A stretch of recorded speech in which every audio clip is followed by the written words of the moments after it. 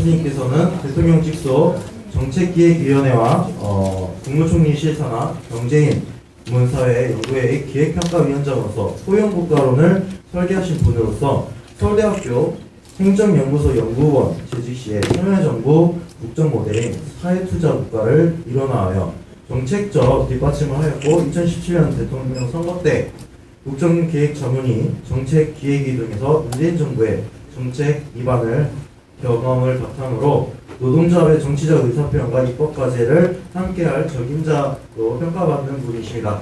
다시 한번 큰 박수로 맞이해 주시기 바랍니다. 반갑습니다. 저 강릉에 살거든요. 용산에 사는데 용산 부자 동네 말고 사실 가난한 동네도 있습니다. 원효로 쪽에 가면 강릉 나오는데 뭐 생각이 나더라고요. 저기 아마 이 민주당 청년 모임이죠, 그죠? 이걸 제가 띄엄띄엄 했습니다.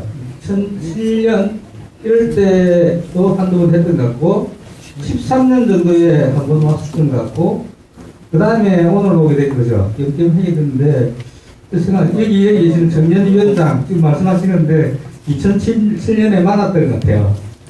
그 다음에 2013년은 그때 여기 와가지고 강연하고 난 이제 첫 번째 왔을 때는 아마 사회투자국가로 이런 걸 강의했던 것 같고요.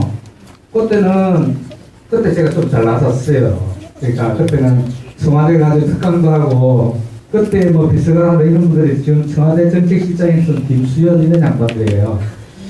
좀 그랬던 것 같고요.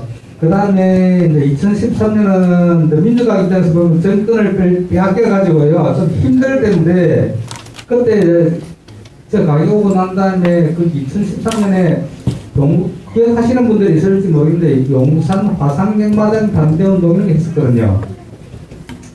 그때 이제 뭐 제가 거기 학교 학부모하고 그렇게 해가지고요. 그 열심히 했습니다. 그때 강연 왔을 때 알게 된 청년 당원들 몇 분들이 초기에 열심히 같이 했었어요. 그래서 좀 생각이 있는 거죠. 그리고 오늘 와가지고 뭐 무슨 이야기를 할까 이게 한 10년, 15년이 넘어갔는데요. 그래서 좀 오늘은 뭐 좀 꿈 이런 이야기예요. 꿈. 이게 제 꿈이거든요. 저 사실 저렇게 좀 애매하게 써놨는데요. 저는 앞으로 그 서울을 세계 정부의 수도로 만드는 게 제 꿈이에요. 그 사람들이 황당하다고 그러는데요. 페이스북 들어가보시면 서울 세계 평화도시 이거 하고요.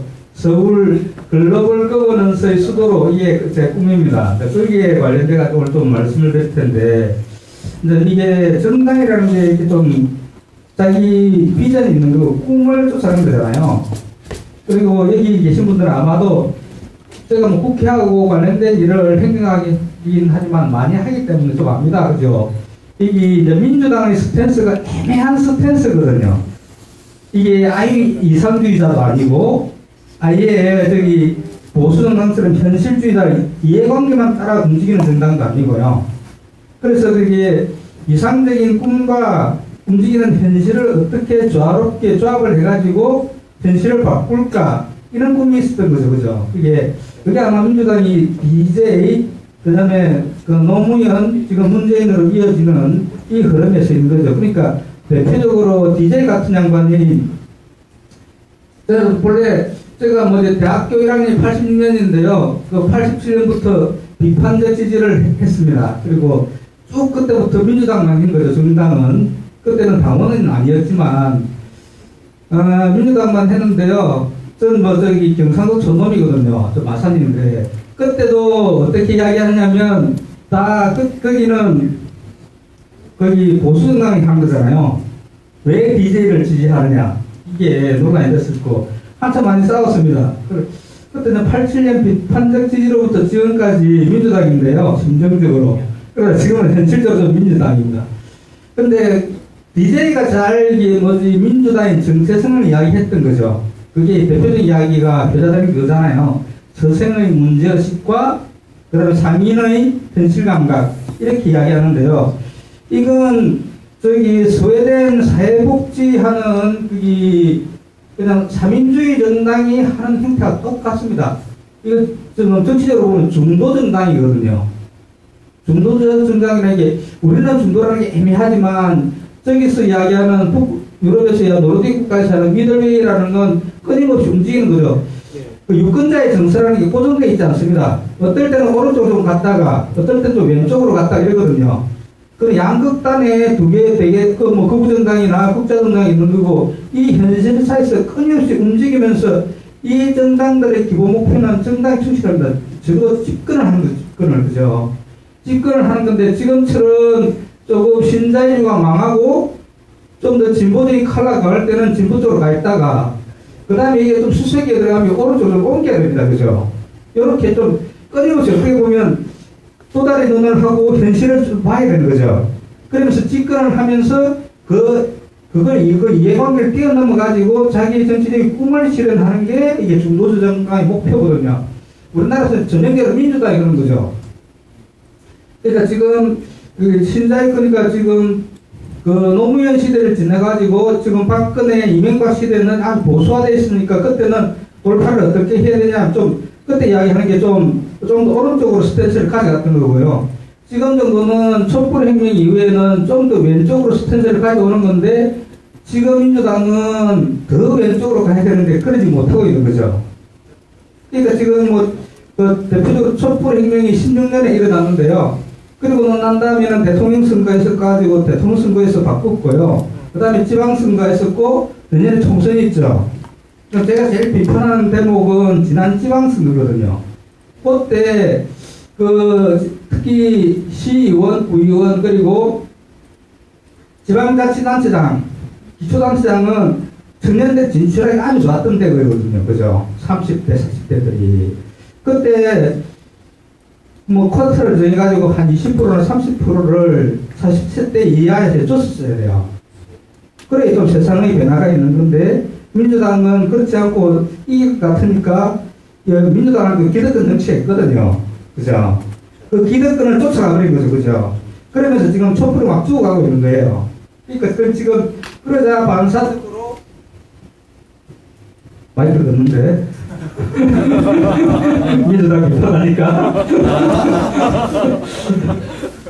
그게 반사적으로 그러니까 그게 한국당에 황안무개 이런 사람이 뜨는 거죠. 그게 그 이쪽 관점에서 보면 좀 더 진보적으로 스탠스를 취해야 되는데 보수적으로 가니까 젊은 친구들이 떨어져 나가는 거죠. 특히 20대들이. 그죠? 근데 그런 기량작용이 있는 거죠. 그런 식으로 그러면 다음에 과제가 뭐냐 하면 제일 큰 과제는 내년에 적어도 이렇게 진보 블록에서 3분의 2 정도의 그 개헌선을 넘어서는 국회의원을 확보하고 개헌하는 거죠. 개헌. 촛불 개헌. 그죠? 근데 지금 민주당이 그 정도까지 전향적으로 활동을 못하기 때문에 그 현실성이 좀 낮아져 있는 거잖아요. 그래서 이번 하반기부터 뭐 여기 좀 더 칼라를 분명하게 좀 이야기하면 그렇게 실링을 뚫을 수 있는 3분의 2 개헌선을 그러니까 이쪽 진보 블록이 있고 민주당뿐만 아니라 예를 들면 정의당 이렇게 합해가지고 적어도 300석이면 그게 3분의 2 이상을 확보하고 지난 뭐 작년 재작년에 대통령이 개헌안을 냈었는데 대통령도 개헌안을 냈었는데 그걸 받아들인지 아니면 조금 조정하든지 해가지고 그 3분의 2 개헌선을 넘어가야 되는 거죠. 그래야 한 시대가 바뀌거든요. 우리가 이렇게 촛불 혁명이라고 하지 않습니까? 그죠? 혁명이면 기본적으로 사회관계가 변하는 거거든요. 개혁관계라는 게. 그게 정치에서는 가장 크게는 이게 헌법 개정에서 나타나는 거죠. 만약 그걸 못하게 되면 그 내년 선거에서 그냥 크게 지지는 않을 것 같은데요. 박근혜 때문에. 그런데 좀 이따 이야기 드리겠습니다. 지지는 않을 것 같은데 크게 이기지도 않을 것 같다. 그러면 개헌을 할 수 없는 거죠. 그러면 이 개헌의 과제, 정치 개혁의 과제는 지연되는 겁니다. 사라지는 게 아니고. 저는 한 2008년도에 촛불이 나올 걸 좀 이야기했을 거예요. 아까 뭐 이렇게 했잖아요. 그 다음 16년 촛불 같은 거는 기다리고 또 기다렸거든요. 터지지 않더라고요. 그러다가 빵 터졌던 거죠. 그러면 다음에 또 이제 촛불에 나타날 거냐, 촛불 나오거든요. 이게 제도화됐기 때문에. 만약에 개헌이 안 되고 만약에 보수 쪽이 훨씬 더 영향력을 행사하게 되면 한 번 더 터질 거거든요. 그때까지 개헌 과정이 이렇게 미뤄져 있는 거죠. 그런 식의 정치 일정이 있는 것 같고요. 이제 여기는 정치에 관심이 많은 분들이니까 내년 총선이 어떻게 될 것 같느냐. 저는 박근혜 때문에 아마도 민주당이 조금 승산이 있지 않을까 이렇게 보는 거죠. 이게 대표적으로 이번에 저기 창원 성산 보궐선거에서 나타나는 거죠, 그죠? 그런 것처럼 아마 지금 우리 공화당 거기가 한 5%에서 10%의 잠재적인 이렇게 표를 가지고 있는 거죠. 그리고 지금 방에 있는 박이 황교안을 지지할 거냐, 지지하지 않을 거거든요. 개인적으로 되게 이 눈빛이 이제 광선이 나잖아요. 이렇게 누구를 향해서 있느냐, 제가 보기에는 황교안이거든요. 그게 자기가 그 대통령 권한 대응할 때 박이 허리가 불편하다, 빵을 좀 바꿔다오 이렇게 이야기한 건데 그 매트리스를 좀 깔아주고 그걸 황교안도 정치를 하기 때문에 눈치를 봐야 되잖아요. 자기가 할 수 없는 거잖아요, 그걸. 근데 메시지를 좀 참아라 이렇게도 안 하고 그냥 무시한 거죠. 말을 안 하고. 그러니까 지금 박근혜처럼 이게 복수심에 불타는 배신을 진짜 싫어하는 아버지의 트라우마 때문에 이런 사람들은 용서가 안 되거든요. 결국은 지금 메시지가 보면 조원진 그다음에 또 한 명 더 있잖아요. 국회의원 넘어간 사람. 이런 사람들이 안테나가 있는 사람이거든요. 그러니까 그게 가지고 밖에서 텐트를 치고 기다리는 겁니다. 그 둘은 내년 총선에 살아남습니다. 그죠? 제일 바보 같은 사람들이 누구냐 하면 한국당에서 친박인데 당연히 황교안이 자기 친미체제를 구축하기 위해서 공천권을 안 줄 건데 그 붙이는 사람들이 있잖아요. 이게 다 떨어집니다. 지금 나가야 돼요. 지금 나가야. 지금 나가지고 지금 그쪽 작은 텐트에 들어가 있으면 현역 국회의원은 지도부에 들어가거든요. 거기에. 그 사람들은 나중에 적어도 내년 올해 하반기 정도가 되면 공천장이 활발하게 일어나면 황교안은 자기가 다음 대선을 해야 되기 때문에 잘라낼 거잖아요. 그죠? 신체제를 위해서. 잘라내면 지금 이 잘려나간 사람들 어디로 가겠습니까? 한결같이 우리 평화당으로 가거든요. 우리 공화당. 우리 공화당으로 가게 되면 거기 가가지고 그럼 텐트가 2개가 되는 거죠. 그게 바른미래당까지 하면 3개가 되는데요. 그때 되면 한국당은 황교안은 어쩔 수 없이 딜을 시작할 거거든요. 그럼 지금 나가지고 텐트 밖에 나가서 기다리면 그 사람들은 나중에 거기 자기들의 지분을 확보하고 최고위원급으로 성장합니다. 정치적으로. 그래서 정치는 어떻게 보면 기회입니다. 기회. 이런 찬스에 기민하게 움직이는 아까 누구라고요? 거기 어정부 거기 홍문종 이런 사람들이 정치를 잘하는 겁니다. 그 사람은 살아남거든요. 적어도 공천 과정에서 살아남습니다. 그런 식의 정치가 기다리고 있는 거죠. 그러면 우리 공화당 그쪽은 이걸 통합할 거냐? 박근혜 통합 안 하죠. 믿는 데가 있습니다. TK. TK 분들 있는 유권자들이 지금 환경이 좋아서 지지하는 게 아니잖아요. 거기 나가면 무조건 거기에서는 한 15석에서 20석 정도를 가질 텐데, 그걸 우리 박근혜도 노후 준비를 해야 되는 거잖아요. 거기서 나오면. 그럴 때 자기 집이 있어야 되는 정치적 집이. 그죠?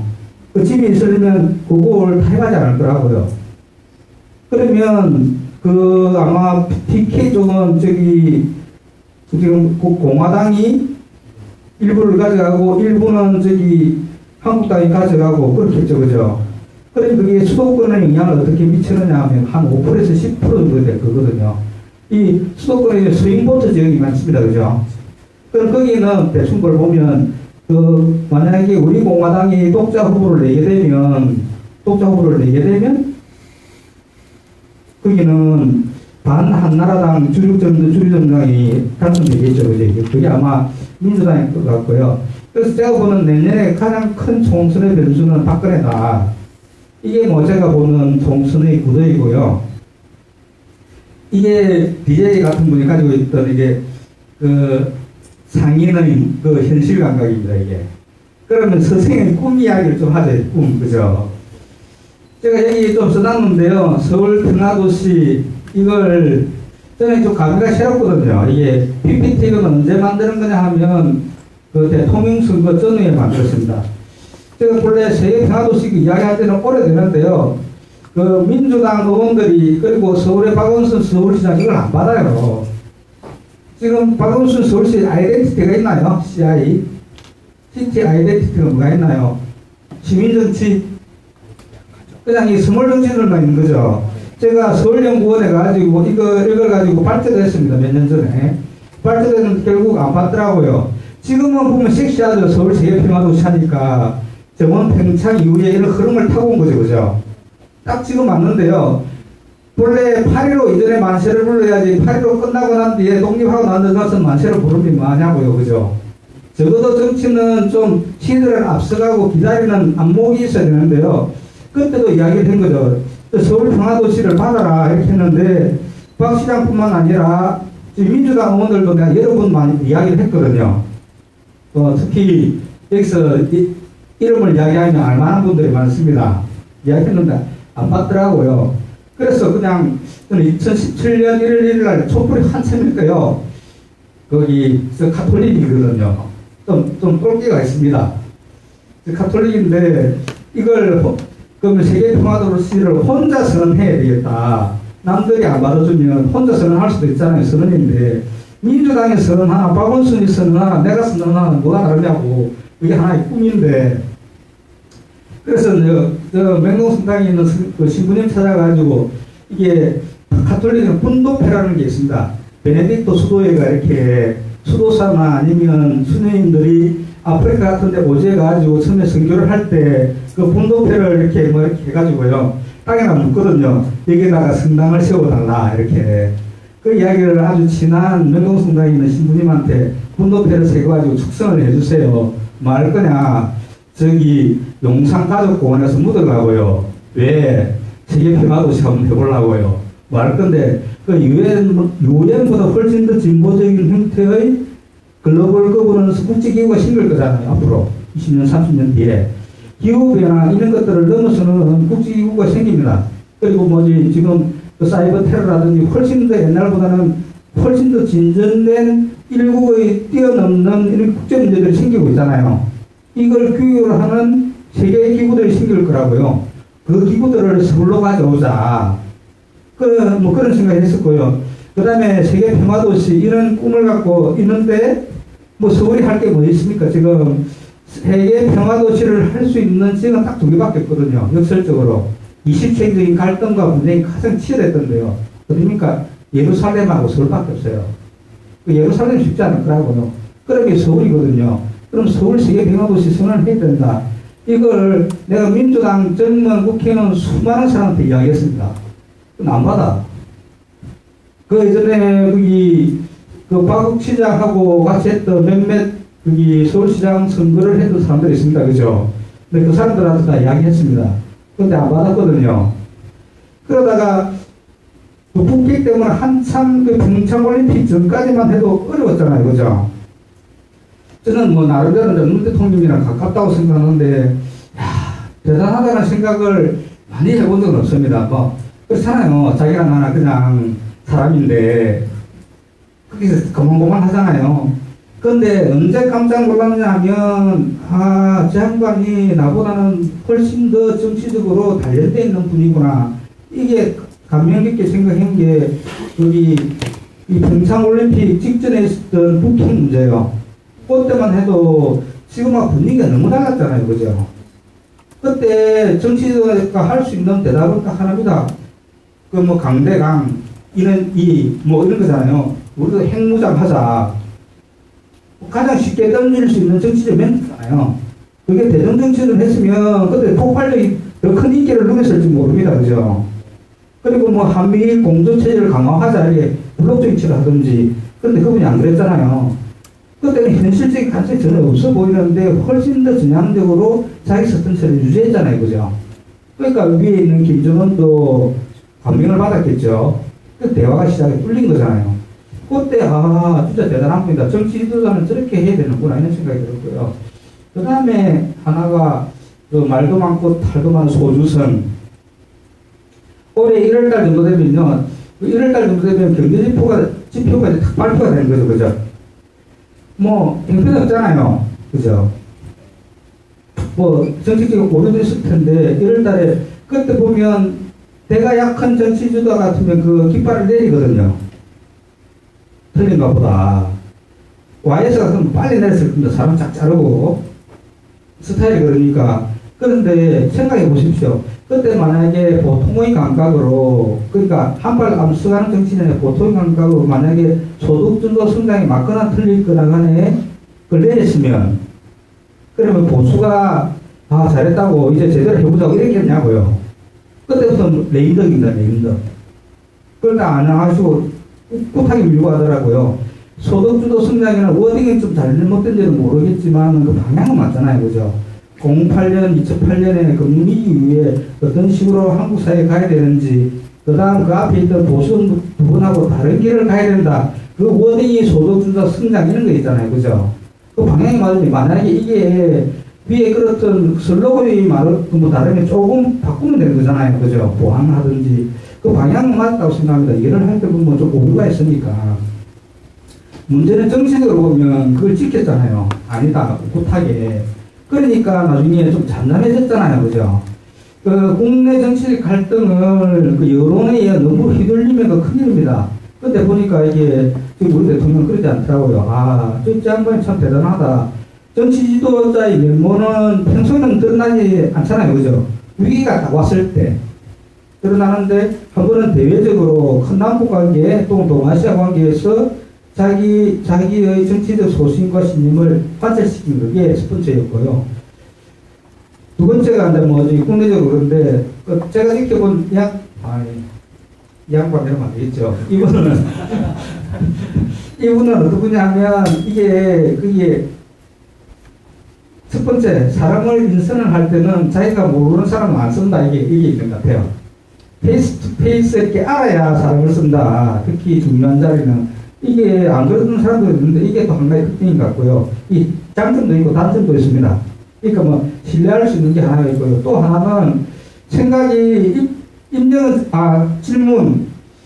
그 문 대통령님이 이렇게 잘 들어주는 그 뭐지 그레이트 리스너 잘 들어주는 사람이라고 생각합니까? 잘 안 들어주는 사람이라고 생각합니까?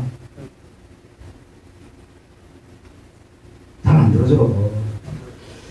왜 웃으시잖아요. 누구든지 와서 이야기하라고 뜻은 있어. 그런데 그 한순간에 그 사람이 뭐 아주 좋은 이야기를 한다거나 기발한 이야기를 한다고 해서 자기 노선을 바꾸지 않는 사람이에요. 어떻게 보면 문 대통령하고 노 대통령하고 큰 차이가 좀 그런 면도 있는데요. 그 제가 보기에는 종합적으로 좋은 말로 하면 심주가 굳은 거고요. 나쁜 말로 하면 남의 말을 잘 안 듣는 분이에요. 자기 원칙에 좀 충실한 그 되게 원론적인 이런 정치인인 거죠. 그렇습니다. 뭐 그 정도 이야기고요. 저는 이야기를 뭐 하려고 하니까 저도 이 원론적입니다. 제가 이제 이게 한 15년 만에 이 이야기를 하게 된 건데요. 이 자료는 지금 자료가 아니고 문 대통령이 그 등장할 때 촛불 이후에 그때가 그 17년 5월달이죠, 그죠? 맞나요? 17년 5월달이죠. 네.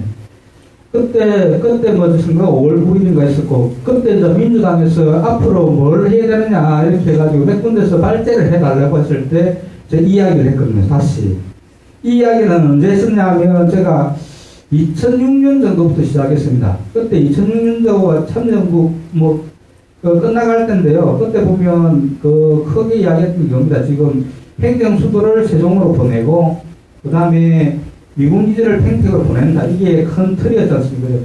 지방이 혁신도시를 이렇게 만들고 이 큰 틀이었는데요. 그때 이제 주로 했던 게 지금 경제인문사회 연구회 그 이사장하고 있는 설경용 교수님이 주로 국가균형발전론 이런 이야기를 했는데요. 저처럼 좀 딴 생각을 하는 사람은 딱 그런 생각이 드는 거잖아요. 그러면 서울을 어떻게 할 건데, 우리나라는 이렇게 쏠려가는 전쟁터에서 쏠려가면 그쪽으로 쏠려가잖아요.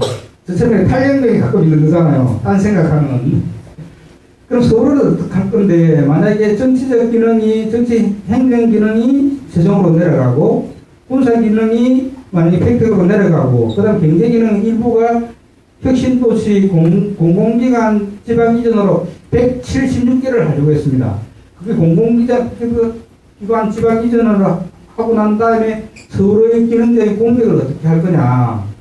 그 다음에 또 하나는 그렇게 해가지고 서울이 그 다음 선거에서 유권자의 표를 얻을 수 있을까? 못 얻거든요. 그러면 그 정치적으로 어떻게 해야 될 거냐. 그때 민주당은 좀 의뢰를 받아가지고 좀 어떻게 바꿀 건지 좀 고민을 해달라. 그래서 그때 했던 게 이 이야기입니다. 그때 만약에 그렇게 나가면 서울은 글로벌로 가자. 대표적으로 그때 비면 그런 거죠. 지금 행정적으로 심플합니다. 광화문에 있는 종합청사가 비고요. 세종군 내려갈 거니까. 지금 그렇게 됐잖아요. 그 다음에 과천청사가 있잖아요. 그 내려가면 그게 비잖아요. 그 다음에 그 가운데 있는 용산 미군구가 빠져서 가면 거기가 비잖아요. 이 세 개를 전략적으로 어떻게 할 거냐. 첫 번째, 거기 종합청사 지금 많이 내려갔습니다. 지금은 많이 안 남아있죠, 그죠? 지금은 행안부도 내려가고 거의 다 비었습니다. 거기 그 빈 공간에 뭘 집어넣어야 됩니까? 한두 개만 받아보겠습니다. 뭘 집어넣어야 됩니까? 만약에 서울종합청사에 있는 그 중앙부처들이 한순간에 다 세종으로 내려갔습니다. 그 몇 층인가요? 구 선생님? 서울청사가 몇 층인가요? 20층입니다. 그 20층이 텅텅 비었다. 그 뭐 해야 됩니까?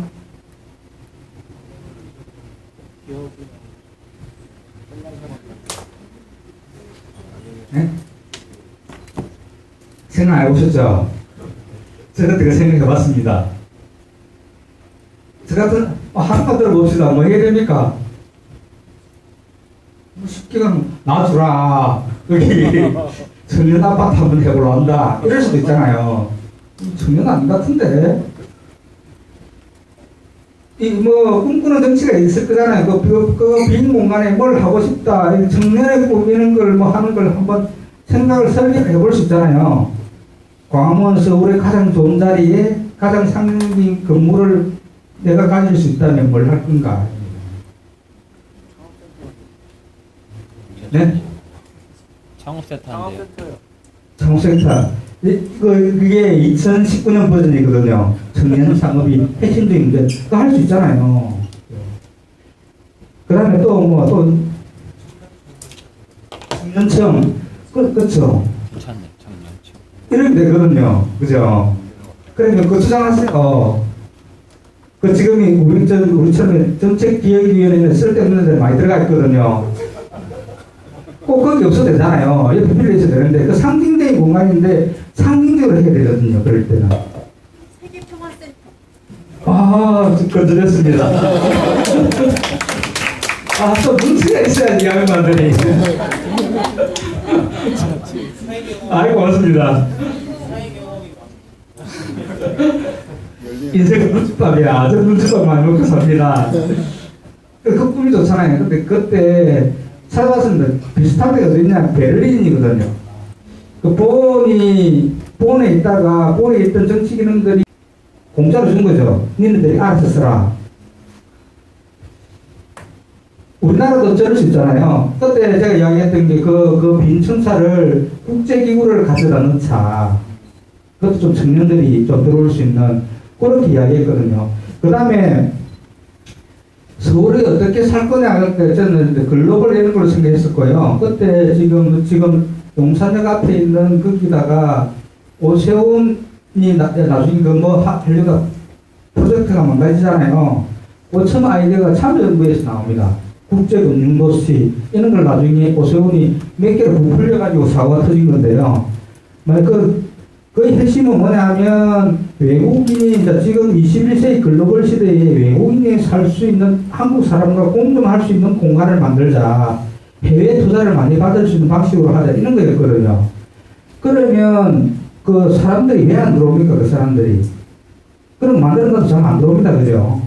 그럴 때는 제일 큰 게 뭐냐면 그 사람들도 가족이기 때문에 가족이 좀 살 수 있는 편안한 베드타운 그 다음에 학교 이런 게 있어야 되거든요. 그래서 그냥 제가 구성했던 거는 그 과천 일대를 그 해외 사람들 거주지로 만들어주자. 그리고 거기다가 외국인 외국인 그 사람들이 들어오면 애들을 키울 수 있는 초중 고등학교 외국인 학교를 만들어주고 그런 사람들은 대학은 뭐 자기 자녀가 외국으로 가면 되잖아요. 그런 데를 만들어줘야 들어올 것 같다. 그리고 그 다음에 강남에서 투자청 이런 게 있으면 좀 우면산 터널 이런 것좀 터널 하나 뚫으면 그 바로 가잖아요. 그래서 제가 차를 타고 한번 사람들이 안 다니는 시간에 그 과천 청사에서 동작대교까지 시간이 얼마나 걸리는지 한번 재봤거든요. 얼마 정도 걸릴 것 같습니까? 예?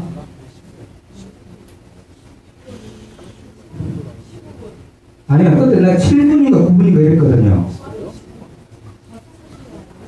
예? 짧은 거 아니에요? 에이. 한번 내려가서 한번 해보세요. 거기 그 시속 60km 그렇잖아요. 그죠? 그게 근데 그 다음에 또 하나 느낀 건 내가 이게 도시 설계를 하는 사람들이 야 우리가 알고 있는 계획하고 드러나지 않는 계획이 있구나. 뭐냐면 서울을 딱 블록을 짓는 역을 사실상 불편하게 거기 남태릉고개인가 과천에서 사당에서 과천 넘어가면 그게 변목이 심하잖아요. 그런데 꼭 일부러 만들어 놓은 것 같아. 옆에 산이잖아요. 군인부대도 있고 그걸 한 10차선이나 11차선, 12차선으로 만들어 놓으면 변목이 없어지잖아요. 아침에. 그러면 아마 과천에서 이렇게 서울 중심부로 한 10분 안에 들어올 거예요. 자기 차를 끌고. 일부러 만들어 놓은 것 같다. 이런 의심도 좀 생기고. 낮 시간에는 그게 막히지 않으니까 그대로 다이렉트로 오면요. 과천까지 오는데 한 9분 걸렸습니다. 그 여기도 한 8차선에 놓으면 과천에서 배를 타면서 사람들이 자고 그 다음에 일하러 외국인들, 투자자 이런 사람들이 서울의 중심까지 오면 10분 거리거든요. 그때 그걸 생각해 본 거죠. 그리고 저기 과천에서 그때 그 인천공항까지 다이렉트로 도로를 하나 놔주면 되잖아요. 도시간 고속도로 이런 걸.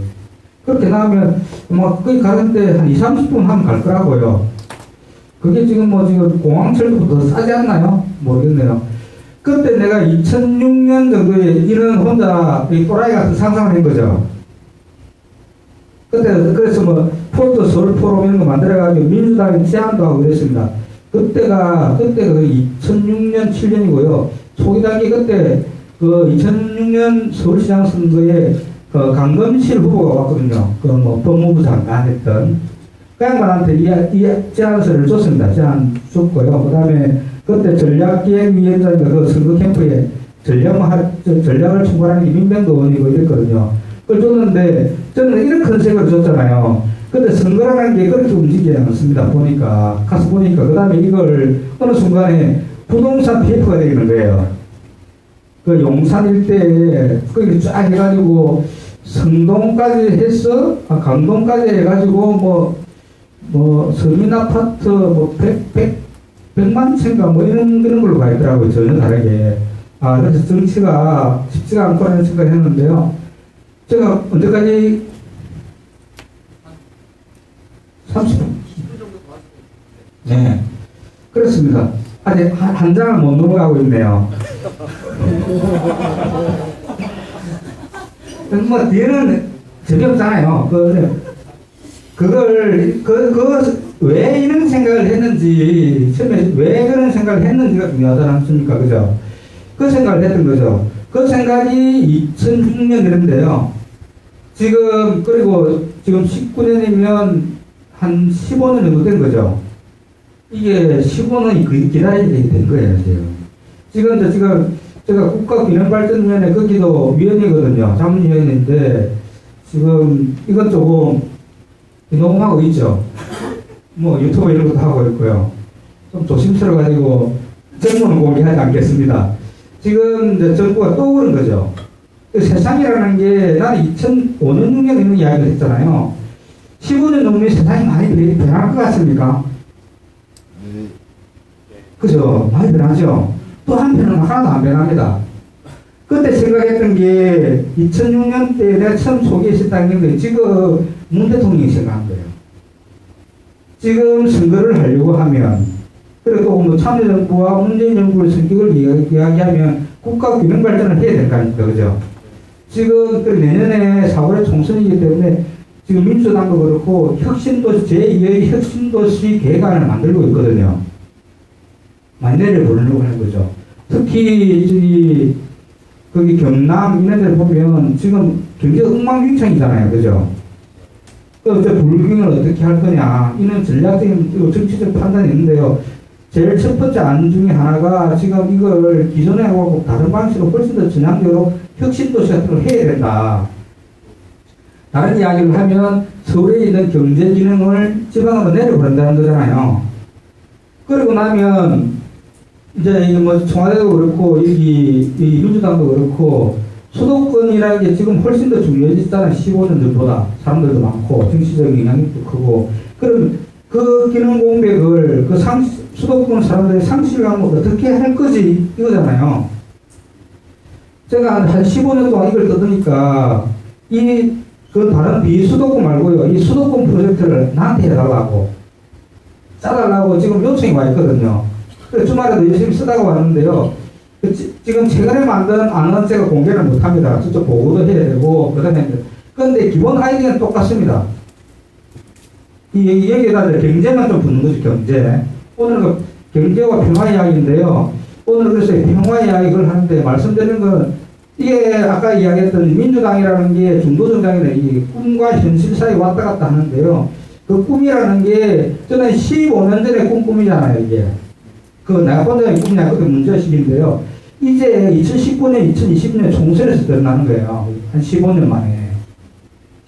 그래서 좀 보시면 그런 식의 사고를 해보면 좋을 것 같습니다. 한 15년 만에 이렇게 관통하는 꿈 옮기는 거예요.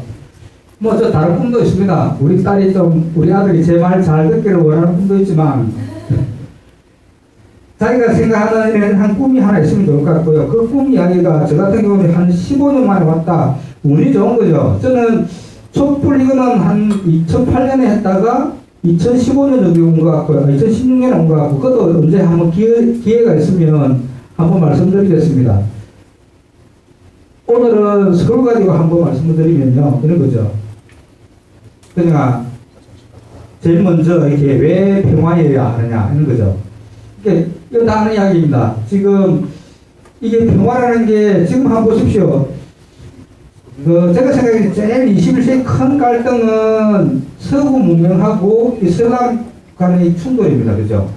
그게 옛날하고 다르죠. 전쟁 방식이. 옛날에는 국가가 할 때 국가로 부딪혔지만 지금 국가 대 개인 혹은 미국과 그 이슬람의 테러 단체 간의 전쟁인 거죠. 외로운 늑대들. 이런 식인데, 그러면 이게 천년이 상응된 갈등입니다. 문명 갈등. 이 문명 갈등인데, 이걸 두 주체는 결국 해결을 못했지 않습니까? 그죠?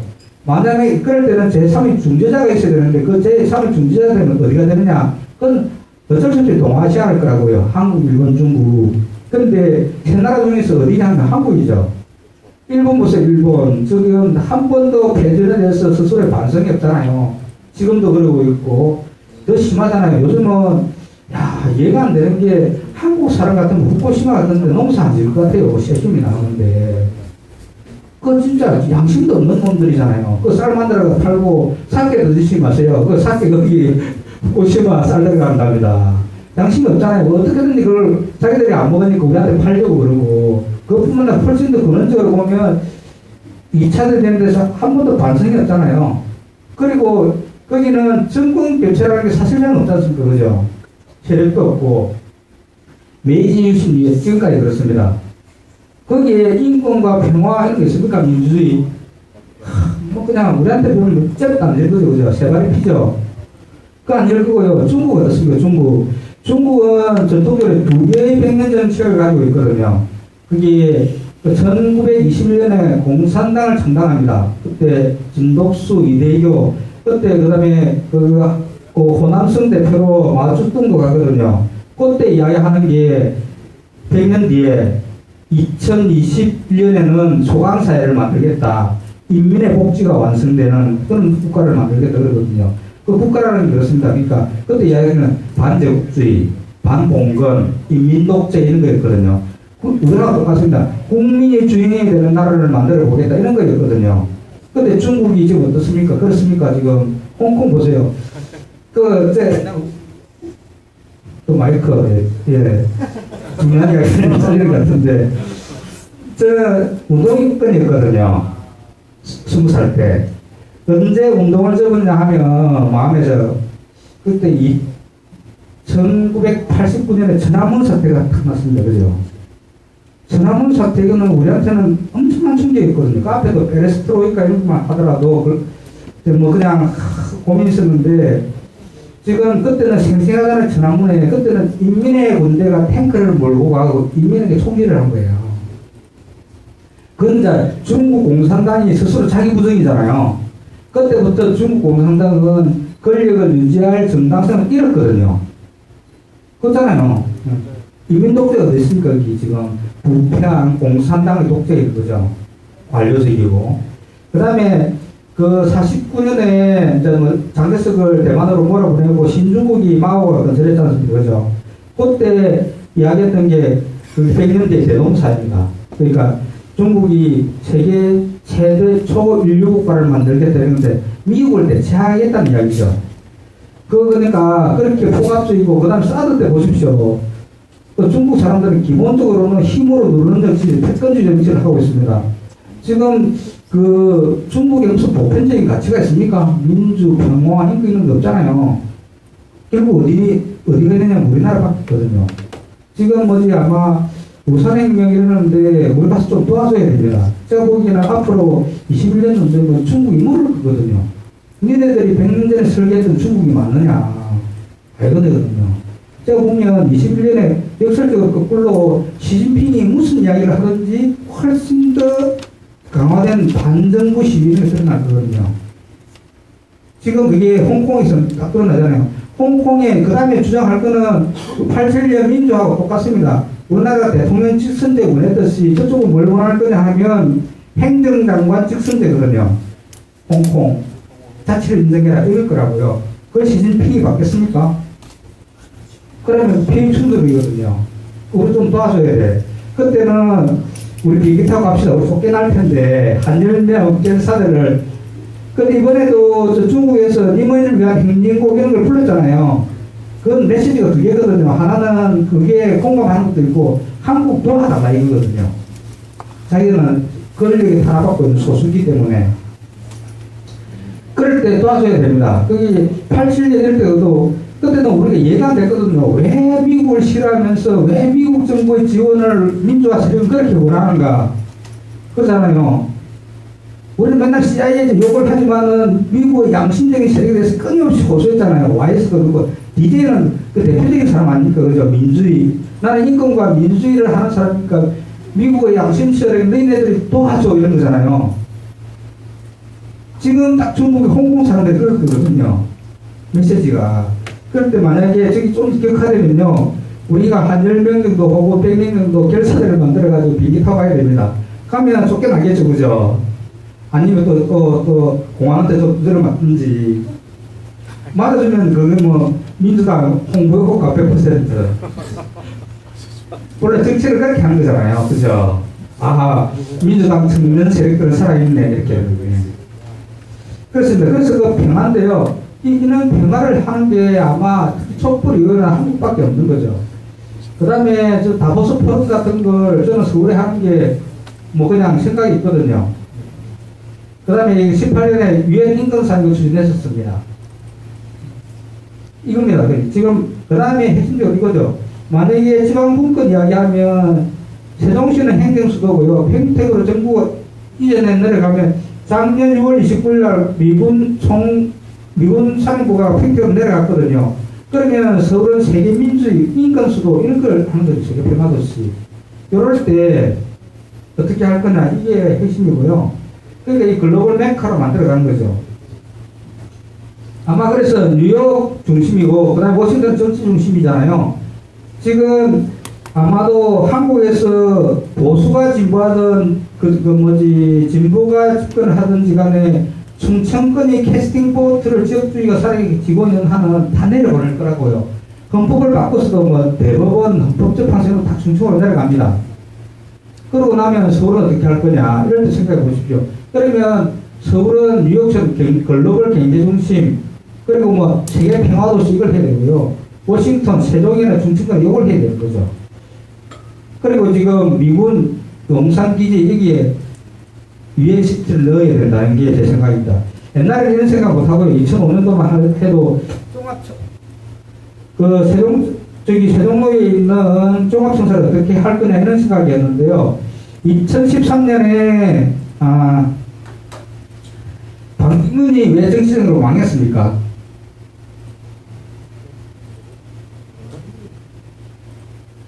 그 바둑으로 보면 수순이 틀려서 그런 거죠. 뭐 대통령 되겠다는 생각은 누구나 할 수 있잖아요. 여러분도 마찬가지고. 뭘 했었어야 되느냐 하면 2013년에 여기 반기문이 유엔 총장을 할 때 코펜하겐에 UNCT가 생깁니다. UNDP 이런 거, 그 다음에 WHO 11개 유엔 전문기구가 코펜하겐에 들어가거든요. 보여드리겠습니다. 여기 UNCT입니다. 예. 여기에 코펜하겐의 교회에 11개의 유엔 전문기구가 들어갑니다. 이걸 누가 해줬습니까? 반기문이. 이거 어디에서 써야 돼요? 당연이죠. 만약에 반기문이 서울 이거 했으면, 그 다음에, 그리고 음성이 가지고, 나 정치 안 할래 하고 가만히 농사 짓고 있으면, 그 대한민국 국민들이 어떻게 할까요? 불러내겠죠. 그렇게 해가지고 대통령 된 사람이 있습니다. 오스트리아에. 지금 유엔기구라는 게, 거기 사무국이 4군데 있거든요. 전 뉴욕에 있고요. 이거 안 맞습니다.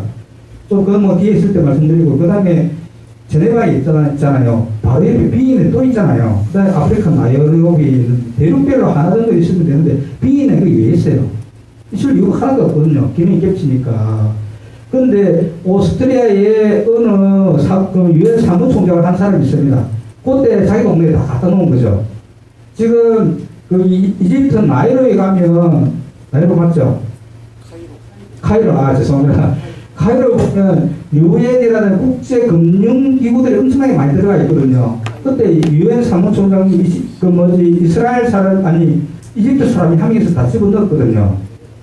비인도 마찬가지입니다. 거기 하나도 있어야 될 이유가 없는데 사무총장 하던 빌트 뭔데 그 양반이 우리나라 정치보다 좀 다르지만은 그 사무총장을 할 때 거기다가 엄청나게 유엔기구들을 집어넣습니다. 그리고 그때가 자기 시골에 가 있었거든요.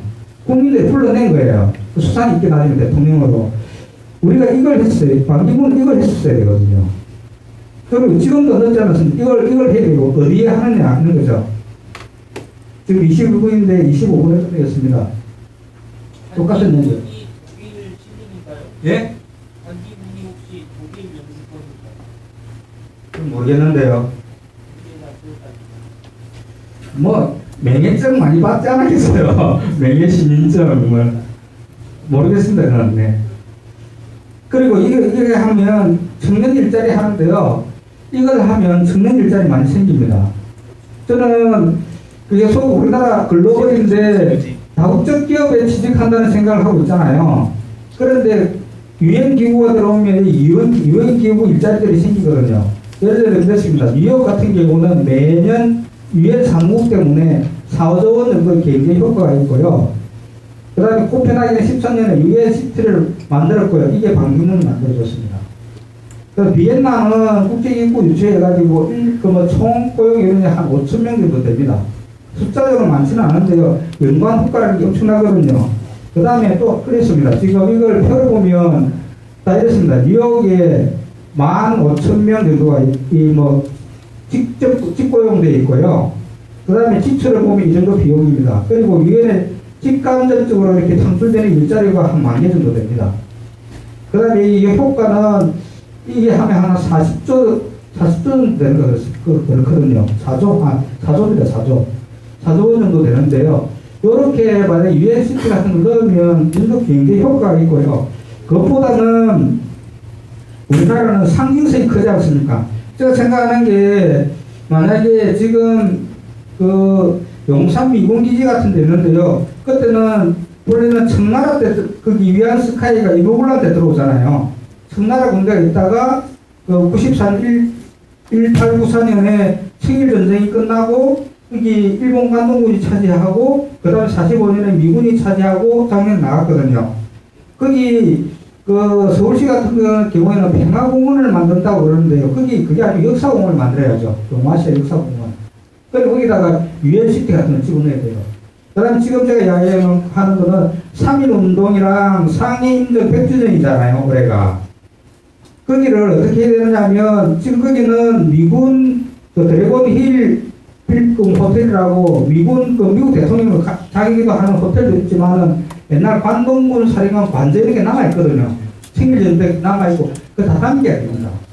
그걸 동아시아 100년의 패권 역사를 다 보여주거든요.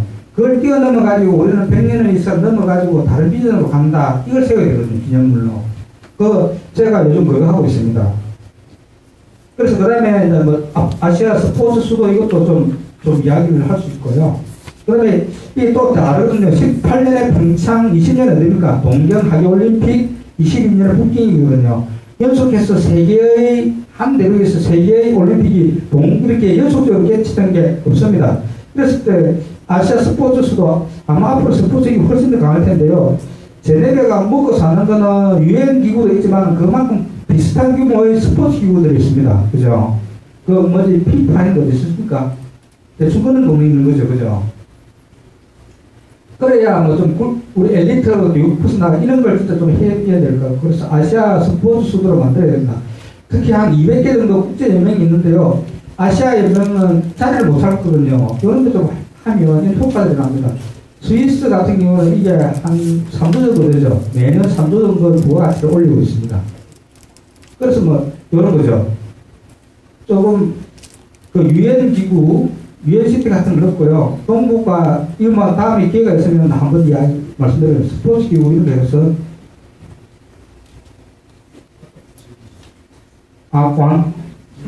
네. 그래서 이게 이 글로벌 수도로 이렇게 하다 보면 이 정도 되면 10년, 20년이 경과하면 자락을 깔아놓으면 다시 아시아지 않습니까? 그죠? 중심을 어디다 둘 거냐 이럴 때 거기 보십시오. 저기 EU 집행부가 어디 있습니까? 벨기에 브뤼셀에 있죠. 그건 힘센 나라 위에 시기가 있어서 그럽니다. 영국, 프랑스, 독일 있잖아요. 스위스가 왜 저렇게 됐냐면 역사적으로 보면 프랑스, 독일, 이탈리아 사이에 있잖아요. 앞으로 누구들이 싸우는 100년입니까? 미국과 중국이 싸우는 100년이잖아요. 그럼 어디에 있어야 됩니까? 서울에 있어야죠. 그죠? 심플하잖아요. 그걸 위한 준비를 해야 됩니다. 아마 세계기구 준비하는 건 2개 같거든요. 지금 방콕이 좀 많습니다. 방콕. 그 다음에 서울이거든요. 그래서 서울에 이런 좀 전략적인 목표를 가지고 좀 하는 게 맞지 않느냐 이런 생각이 듭니다. 네, 강의는 이쯤에서 마치고요. 질문도 받겠습니다. 네.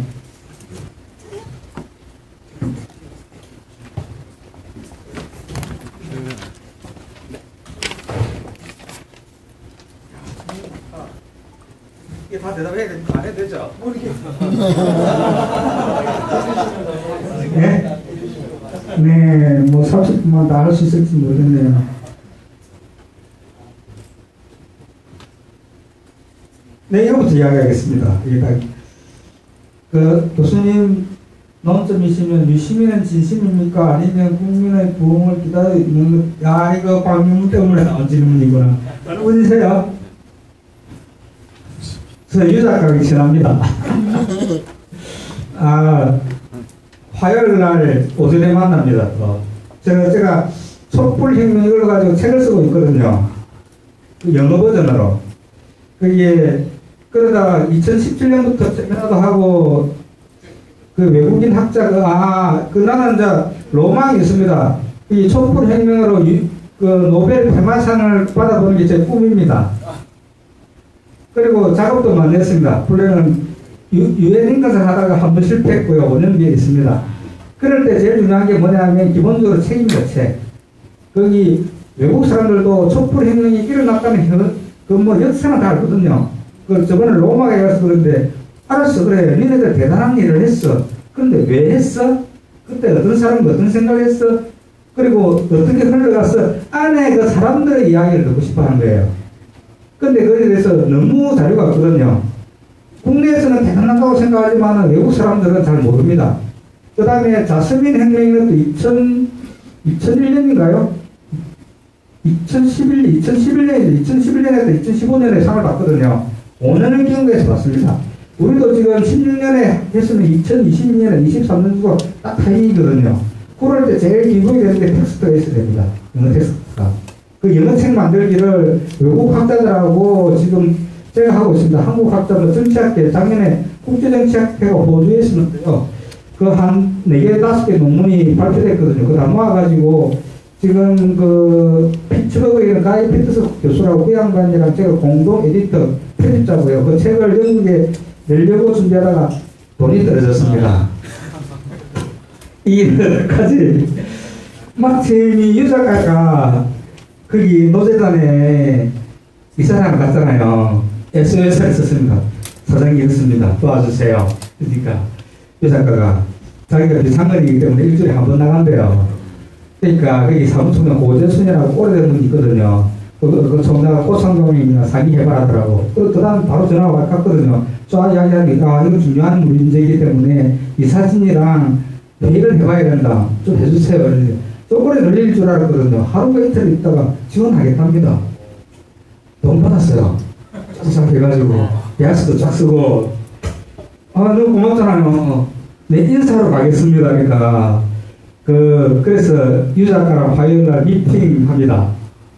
그래서 오랜만에 악수하고 돈 줘서 고맙다고 사진 찍으면 페이스북에 올릴게요. 저 유 작가 잘 알거든요. 이건 뭐 너무 민감한 문제 아닌가? 오늘 저녁에 술 마시러 오면요 그때 이야기 해드릴게요. 지금 얘기 다 끄지고 난 다음에 유 작가에 대해서 할 말 많습니다. 네. 잘합니다. 경제라는 게 실물 경제와 금융이 같이 돌아가는 것처럼 아마 세계도 이게 오프라인의 땅의 세계, 영토의 세계와 그 다음에 온라인 세계 같이 할, 사이버 세계 같이 할 거라고요. 이랬을 때, 그 다음에는 이걸 훨씬 더 지금 보십시오. 다 이 클라우드로 보면 중국은 그게 싫어가 자기 독자적인 클라우드로 간 거 아닙니까? 그죠? 나머지는 그렇고. 그 다음에 지금 우리가 계획하는 것 중에 그러면 우리는 어떻게 할 거냐? 우리는 독자 클라우드를 가져야 된다. 아니면 정보를 미국에 다 뺏기고 있는 거잖아요. 탈탈 들리고 있어요. 지금 구글, 아마존 이럴 때, 그죠? 그 애들이 뭐, 미국 군수 산업하고 어떻게 연관되는지 아무도 모르잖아요. 탈탈 들리고 있는데, 그럴 때 어떻게 할 거냐, 이런 게 이슈일 수도 있고요. 그럴 때 어떤 형태로든지 간에 지금까지 우리가 20세기의 경영보다 훨씬 더 전향적인 형태의 세계적 무역이 출현할 거거든요. 그 규모는 나중에는 대한민국 정부보다 유엔보다 훨씬 커지겠죠, 그죠? 규모 이야기 하신데. 근데 그렇게는 못하고 아까 말씀드렸지 않습니까? 아마 총 형태는 이 정도 될 겁니다, 이 정도. 우리가 저 땅도 많았습니다, 여기. 저 로망이 있거든요. 거기 용산 옆에 가면 철도기지참 부지 있습니다, 그죠? 내려갈 때 호남선 타고 갈 때 오른쪽에 보면 비어있는 공간 있지 않습니까, 그죠? 거기는 미군 지역은 힘듭니다. 저기 정치적으로 워낙 민감한 이슈들이 많아가지고요. 환경론자들은 그거 다 갈았고 나무 심어야 된다는 거잖아요. 그뿐만 아니라 국제적인 여러 가지 갈등이 많은 거고요. 저 철도기지청에는 철도부지거든요. 저기를 옛날에 금융센터를 만든 거 아니었습니다. 거기다가 최초로 이 정도 규모로. 그리고 여기다 아까 이야기한 청년 창업 여기 같이 하면 됩니다. 아니면 청년 창업이 있다는데 하더라도 적어도 우리가 한국 청년들이 글로벌 정치 리더십 이런 걸 있어야 되잖아요. 그런 걸 할 수 있는 청년 교육기관, 리더십 기관 정도를 만들 수 있습니다. 그 정도에서 출발해 보는 것. 그리고 좀 단기적인 목표는 거기 제네바 이런 데가 뉴욕에 한 4조 원 정도의 규모로 했잖아요. 그 뭐 인구 직고용 한 5천 명 정도.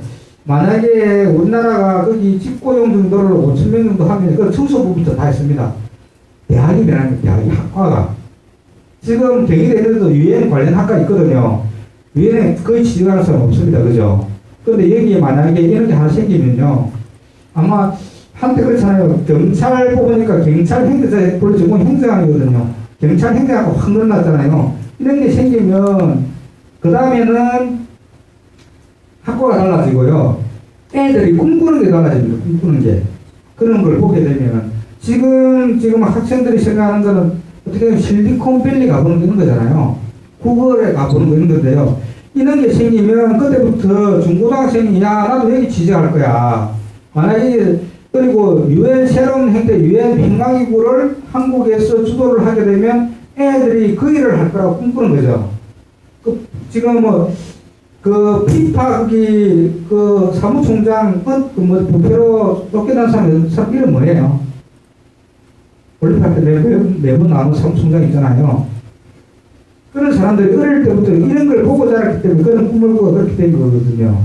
만약에 아시아 스포츠 수도가 되든지 아니면 유엔 평화 기능을 가져오게 되면요, 그걸 보고 자란 애들이 한국 애들이 나중에 그거 합니다. 저는 한국에 대해서 냉긍정적으로 생각하는 게 뭐냐면 촛불이 터졌잖아요. 촛불의 아이들이 앞으로 30년 동안 세계를 주도할 거거든, 한국 정치를. 지금 그 87년 그 세대들이 지금 여기서 보시기에 그러잖아요. 그 586 그 구태들이 지금도 하고 있는 거잖아요. 30년 동안. 무조건 구태입니다. 그리고 근데 그 다른 세대는 대체하지는 못하잖아요. 정치적 파워가. 그보다 상상력이거든요. 87년 사람들이 이걸 듣고 나왔던 돌파했고 상상이 있었던 20대생이거든요. 촛불할 때 보십시오. 깜짝 놀란 게 나는 내 상식이 왜 생기는지 맨날 얘기는 잘 이해를 못했거든요. 그런데 촛불할 때 보면 인도와 차도가 구분이 없어집니다. 그죠?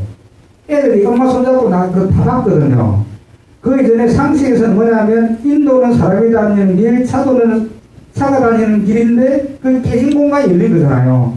그걸 10대, 20대에 경험하면 그게 상상력을 자극하거든요. 거기 이탈리아의 거기 시민공화국 피렌체에서 생기는 거하고 똑같은 시기에 르네상스가 생깁니다. 빅뱅이. 이탈리아도 그때 한번 폭발하고 끝이거든요. 없습니다. 그때 레오나르도 다빈치, 라파엘로 이런 사람들이 그다음 보티첼리 이런 사람들이 다 그때 나오거든요. 한순간에 30년 동안에. 아마도 우리나라도 30년 동안에 폭발이 생겼습니다. 촛불세대. 그래서 내가 20대를 열심히 보고 있었거든요. 근데 이 자식들이 거꾸로 가. 이 남자애들이. 아, 이 누구 탓이냐. 이게 질문이죠. 그 어른들 탓이죠. 어른들 탓. 그렇게 상상력과 이런 거는 이미 그렇게 가 있는 애들을 제도가 묶어놓은 거죠.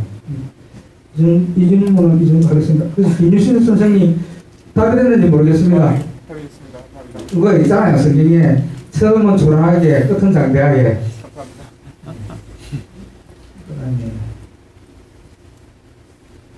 한국 정부가 글로벌 거버넌스를 이루기 위한 현재 불편한 점은 무엇인가요? 박성미 선생님.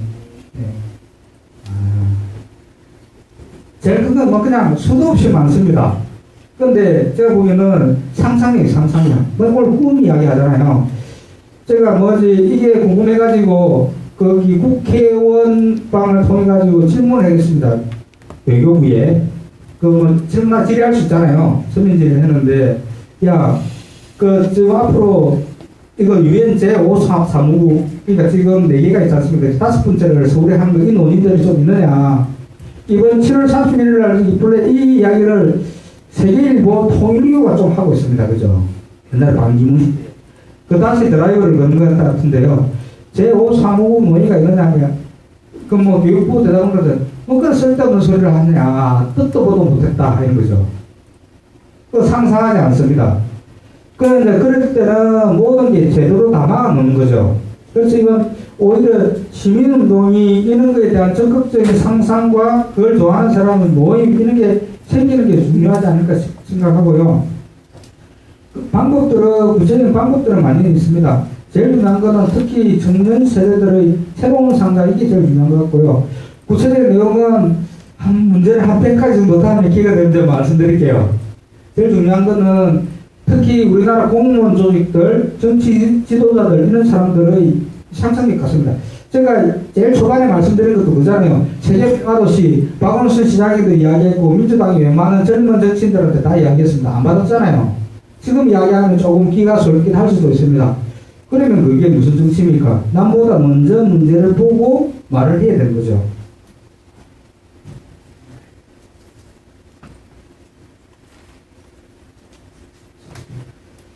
한 20분 남았네요. 그럼 내년 총선 우리 공화당 말고 바른미래당은요? 어느 분이세요? 네. 아니, 뭐, 이런 거, 저보다 더 잘, 내가 20대는 저는 정치를 진짜 잘하는 줄 알고 생각했습니다. 세상을 끌어도 놨다 했어. 30대도 마찬가지고요. 지금 50대도 이거 잘 모르겠어. 어떻게 생각하십니까? 마이크 없어요.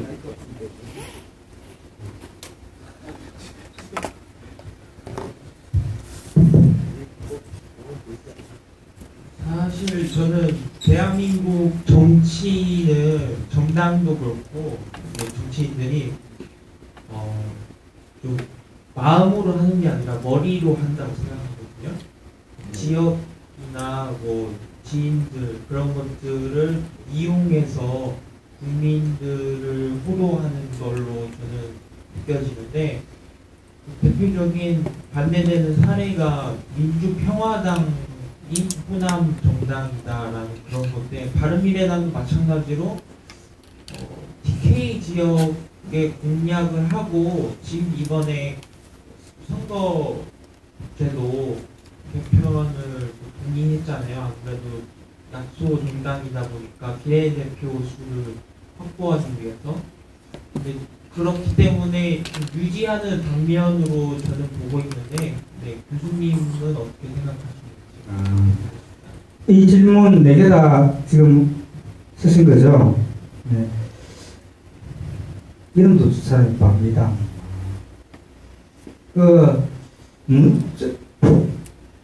제3등당이 등장할 수도 있는데, 제가 보기에는 한국 사회는 인물인 것 같아요, 인물. 제도가 아니고. 우리 지금까지 역설적으로 제일 오래된 당이 공화당입니다. 박정희 공화당. 그게 29년인가 그렇게, 이름을 자기 간판을 가지고 있었거든요. 그 다음에 보십시오. 쭉 그랬고요. 한국 정치는 인물 정치 같습니다. 그러면 거꾸로 바른미래당의 미래는 누군가 이런 거죠. 저 유승민한테 좋아했습니다. 저 본래 시민적 공화주의 책도 쓰기 때문에 이 공화주의는 스펙트럼이 넓습니다. 그죠? 좀 진보적인 것도 있고 보수적인 것도 있는데 저는 본래 진보입니다. 본래 공화주의라는 게 심플하거든요. 그 아리스토텔레스가 보면 정치를 어떻게 해야 되느냐. 그는 계급이 세 개잖아요. 그 제일 위에 1인 군주가 있고 귀족이 있고平민이 있고 세 명이 같이 공존해야 된다는 거거든요. 그래서 혼합정체를 해야 된다 이런 이야기거든요. 혼합정체를 이야기할 때 그러면 나중에 프랑스 혁명은 뭐냐면 제일 위에 1인을 없애는 거잖아요. 공화정이라는 게 왕정이 아니고. 그러면 귀족이 있고平민이 있습니다. 누가 주도권을 지느냐 이런 문제인데요. 그럴 때 여기 평민이 주도권을 지어야 된다는 게 대표적인 학자가 마키아벨리입니다. 그리고 그 다음에 귀족이 지어야 된다는 게 아니라 키케로 이런 사람인 거죠. 그처럼 우리나라 공화주의도 촛불을 보면서 누가 주도하는 이럴 때 보수 지금 기득권이 해야 된다고 생각하는 사람들이 유승민 같은 사람이죠. 저 사람은 그게 아니고 그 포폴로 이런 포퓰리즘이 그렇게 생긴 거죠. 이탈리아 말로. 포퓰러가 주도해야 된다고 생각하는 저 같은 사람이죠. 그래서 저 포퓰리즘 좋아합니다. 그죠? 나빠요. 반응한다는 건데요. 그래서 저는 유승민이 강 건너에 있는 다른 사람들은 잘 되기를 바랬습니다. 한국 미래가 박근혜보다는 유승민이 훨씬 낫죠. 그게 유권자들만 욕할 게 아니고 유승민도 욕먹어야 됩니다. 왜 지역구를 그 정도 되면 대구를 버리고 서울 와야지. 떨어지더라도, 그죠? 그럼 맨날 그러고 있냐고. 전국구 정치인이 아닌 거죠. 그리고 그 다음에 그 안철수 있잖아요. 거기 욕심이 많잖아요. 세고. 절대 포기 안 합니다. 지금 뭔가 해보려고 꿈틀꿈틀 하고 있을 거예요. 총선 때 어떻게 수를 내려고 해도. 근데 그게 사심으로 보이지 그 사람이 큰 욕심으로 공화주의, 공심으로 보이지 않잖아요. 이미 사람들에게 끈통이 난 거죠.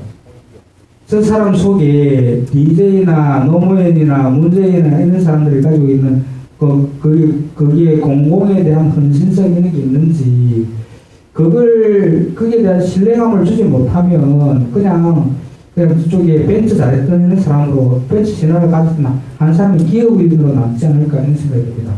그래서 그 정도 말씀드리면 되겠죠? 답을 내야 됩니까?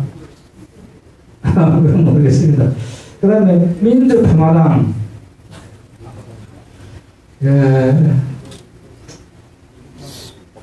저 모르는 사람 있으면 좀 받아주세요. 모르겠네요. 아니, 존재 가치는 없는 것 같습니다.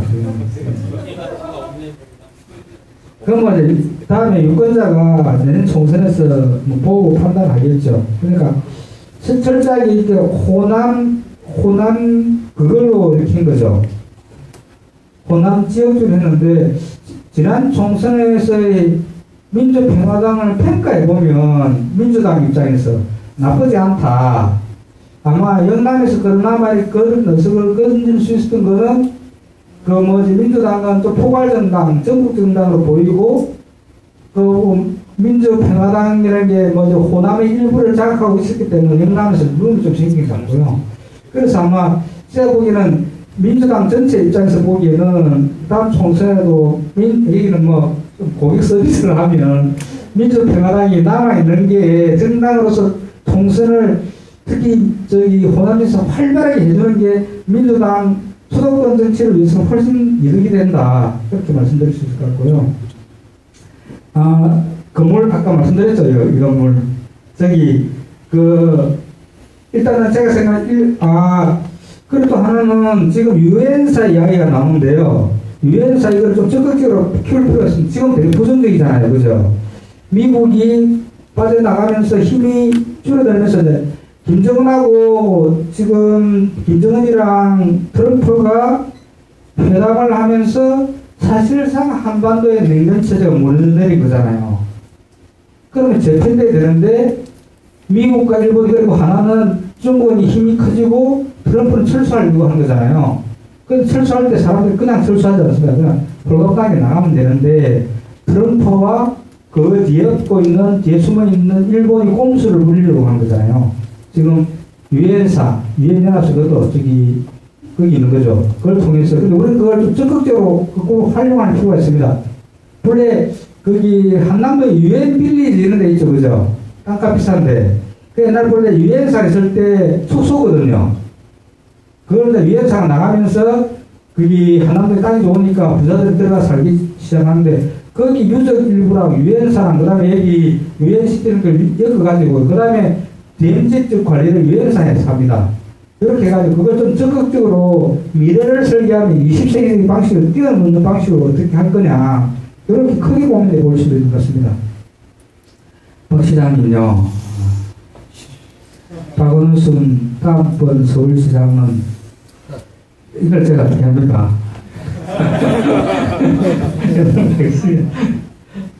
저 전쟁이 아니에요. 그 다음에 질문이 나온 게 있나요? 우리가 있고요. 좀 걸러걸러면서 네 가지는 다 했네요. 혹시 다른 질문 있으면 지금 50분입니다. 10분 정도 남았는데요. 한두 개 받고 끝낼 수도 있고요.